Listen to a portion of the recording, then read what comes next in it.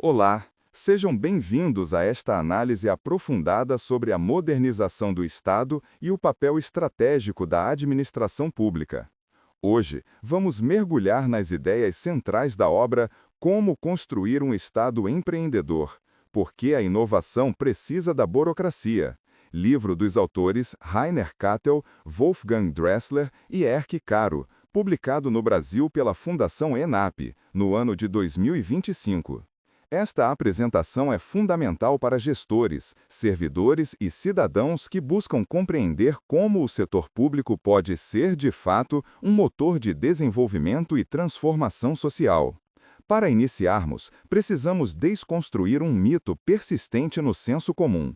A visão convencional coloca inovação e burocracia em lados opostos do ringue, como se fossem inimigas mortais. O discurso popular sugere que, para inovar, é preciso eliminar a burocracia, vista apenas como lentidão e papelada. No entanto, a tese central deste livro é disruptiva e necessária.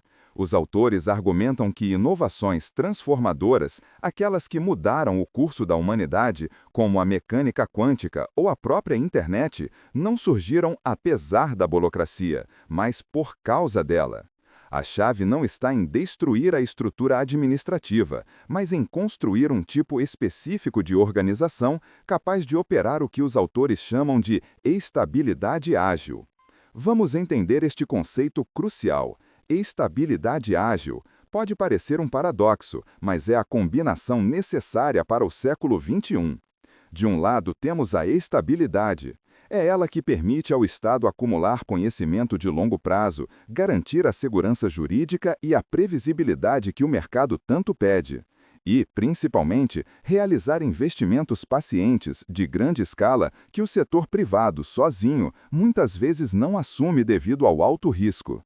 A estabilidade é a base institucional resiliente. Do outro lado, temos a agilidade. A capacidade de se adaptar a choques externos, como crises sanitárias ou climáticas. A agilidade promove a experimentação, o aprendizado contínuo e a busca por novas direções tecnológicas. O segredo do sucesso não é escolher um ou outro, mas equilibrar essas duas forças. Como disse Sim Sikut, ex-diretor de informações do governo da Estônia, não podemos simplesmente dar saltos de inovação, mas também não podemos nos concentrar apenas em manter o básico em ordem. Precisamos lidar com dois desafios ao mesmo tempo. Essa simbiose entre Estado e inovação não é uma invenção recente. Se olharmos para a história, veremos que a ascensão industrial da Alemanha no século XIX, por exemplo, dependeu dessa parceria. O caso da PTR, a Physikalische Technische Reichsanstalt, criada em 1887, é emblemático.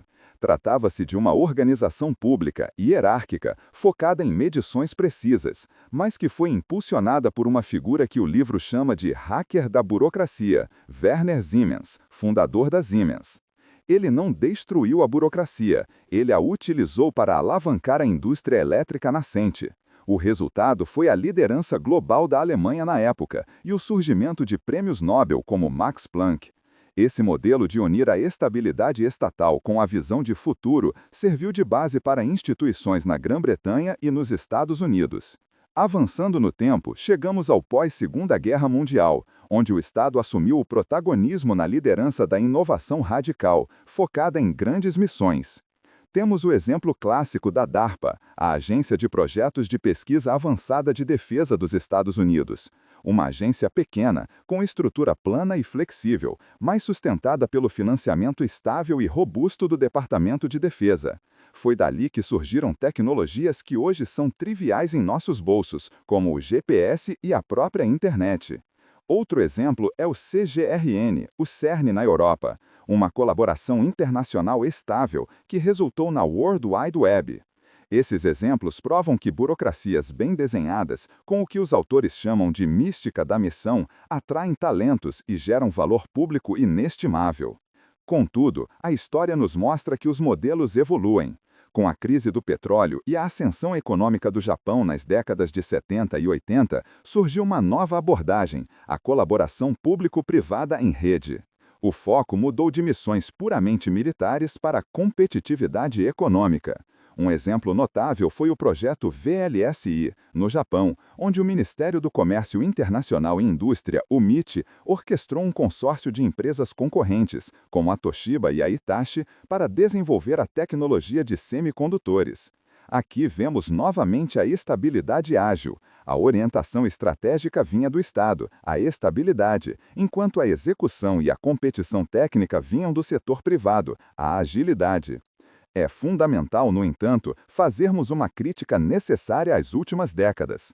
A ascensão da chamada nova gestão pública, ou NGP, a partir dos anos 90, trouxe uma distorção perigosa. Ao tentar importar a lógica empresarial para o Estado de forma acrítica, a NGP priorizou a eficiência de curto prazo, o corte de custos e a terceirização excessiva. O resultado foi a corrosão das capacidades estatais. Ao atacar a estabilidade da burocracia em nome de uma suposta agilidade de mercado, muitos governos perderam a memória institucional e a capacidade de planejar o longo prazo.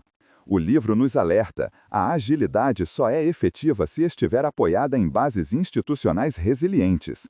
Sem essa base, o Estado se torna reativo, frágil e incapaz de liderar. Isso ficou evidente na resposta global à pandemia de Covid-19. Países que mantiveram capacidades estatais robustas, como laboratórios públicos e sistemas de saúde integrados, demonstraram muito mais resiliência. O desenvolvimento recorde das vacinas de mRNA não foi um milagre do mercado livre, mas o resultado de décadas de investimento público estável em pesquisa, feito por agências como o NIH nos Estados Unidos. Vivemos hoje o retorno dos problemas perversos, ou wicked problems, como a crise climática. Esses desafios não podem ser resolvidos apenas pelo mercado. Eles exigem direcionalidade, coordenação e um Estado empreendedor, que atuem não apenas corrigindo falhas de mercado, mas criando novos mercados e moldando o futuro. Caminhando para o futuro, o livro aponta para o surgimento de agências que os autores classificam como neo-weberianas. Essas organizações combinam o melhor de dois mundos. Elas mantêm a excelência técnica e a estabilidade da burocracia clássica descrita por Max Weber, mas incorporam a flexibilidade das redes dinâmicas. Elas são ambidestras, conseguem executar rotinas complexas com segurança jurídica, ao mesmo tempo em que abrem espaço para laboratórios de inovação, os chamados e-labs, e utilizam novas metodologias como o design thinking e a análise de big data. Essas agências atuam em três frentes. Primeiro, no investimento estratégico, como fazem os bancos públicos de desenvolvimento, a exemplo do BNDES. Segundo, na modelagem de mercados, usando o poder de compra do Estado e a regulação para criar demanda por tecnologias verdes. E terceiro, na transformação de sistemas, desenhando serviços essenciais como saúde e mobilidade urbana. Para encerrar, este livro traz uma reflexão vital para o Brasil, um país que muitas vezes oscila entre um desenvolvimentismo sem critérios e reformas gerenciais de curto prazo que enfraquecem a máquina pública. Como bem destacou Alexandre de Ávila Gomide, da Direção de Altos Estudos da ENAP, este livro oferece uma alternativa analítica e normativa, a construção de um Estado que fortaleça suas capacidades burocráticas para liderar transformações. Não se trata de discutir mais Estado ou menos Estado, mas sim um Estado melhor, um Estado mais capaz, inteligente e estratégico. A burocracia, quando bem desenhada e dotada de propósito, não é um obstáculo, é o alicerce sobre o qual construiremos um futuro inovador, inclusivo e sustentável. Agradeço a atenção de todos.